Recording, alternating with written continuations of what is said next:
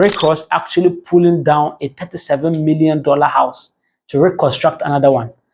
An ordinary person will say this is waste of money. So don't go into buying an estate or a property thinking that it has to fulfill 100% what you want. No. I always get this comment that this property is not worth this price. This property is too expensive. This house that you have posted, it should not be that price. It's too expensive. It's not worth the price. What? Then I get those comments and I ask, how do you come to your conclusion? Hello guys, you're welcome. Kindly subscribe if this is your first time. Because most people, what they do is that they only look at the structure and then come into conclusion, if it is the structure alone, then the money you are, listing it at, or the money you are saying it doesn't fit the property. So it's not enough to just look at the structure, because a lot of people go into investments in properties. They buy houses, they buy properties. They do not look only at the structure. They look at location as well. And let me give you an example. A few days ago, I had a news that Rick Ross actually pulling down a $37 million house to reconstruct another one. An ordinary person will say this is waste of money. But people who are very well experienced in real estate will understand that though he may be doing it for, to boost his ego, but another most important reason he will be doing that is that he identified that that location was best for that kind of house he wants to reconstruct. So it is not worth it leaving that property and actually going to buy a land different location to build the kind of house you want to build. It doesn't make sense. Most people have built houses at very bad locations that were very expensive, but if they want to resell, they are not able to resell.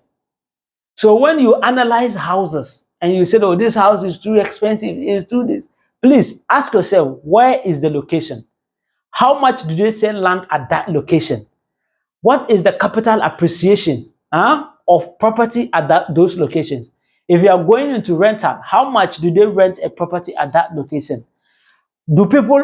Are people willing to go to that location? Those are the things you need to look out for before you come into conclusion and say, oh, this one is expensive. No, you don't think shallow. You think deep. And that is what differentiates you and I from well-experienced people in real estate. So don't look at property just at the structure. Look at it and consider things that affect it.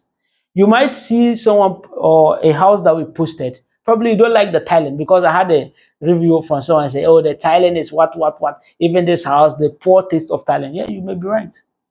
But tiling may not discourage an investor or an experienced investor from buying the property. He can buy the property, remove all the tiles and fix a new one. I saw some people make comments about some gates of some properties that people post. No, it's not my property actually, on TikTok. So the gate is low quality. The gate is not nice. The door is not nice. I said, no, well, that is your opinion. But for experienced real estate developers, they look beyond that. They said, okay, if I'm going to buy this property, probably this let's negotiate. He can beat the price a little bit down. Then he will invest in better doors for the property. So don't go into buying an estate or a property thinking that it has to fulfill 100% what you want. No. You go buying a property knowing that this property at least fits 80% of what you want, and the remaining 20% you could correct it, or the remaining 20% you could consider it and just take it okay, or the remaining 20% you could do something about it. And if you're someone who is investing to multiply your wealth, to increase your wealth, to resell, or probably to put it out for rent, and you see some things on the property that are not okay, you just change it. You understand? I know people who have bought down houses, like houses that are not stories. You understand? Then they lay down pillars and then they raise stories on those houses. Continued. Some even demolished the entire house. And that was the example I cited for you. Rick Ross demolishing a $37 million house to rebuild another house. You understand? So location is the most important thing. You can get a house that is fancy, built in an ultra-modern style at a very bad location. And you can get a house that is not built, that is built in a, archaic style. and it will cost more. It will cost more than the house that is built in a very bad location. What makes a location bad? One of the things that makes a location bad probably is to the individual who is using the property, and at the same time, it is to the individual who is buying the property.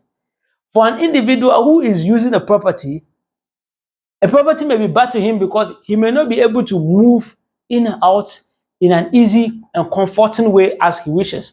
Probably if your office is located in the center of Accra and you actually bought a house at Somina, or you bought a house at Amasama in Back, or you bought a house at Kaswa, it may not favor you. It's not a good idea. Every day you'll be stepping in, driving 2 hours just to come to work, drive 2 hours home.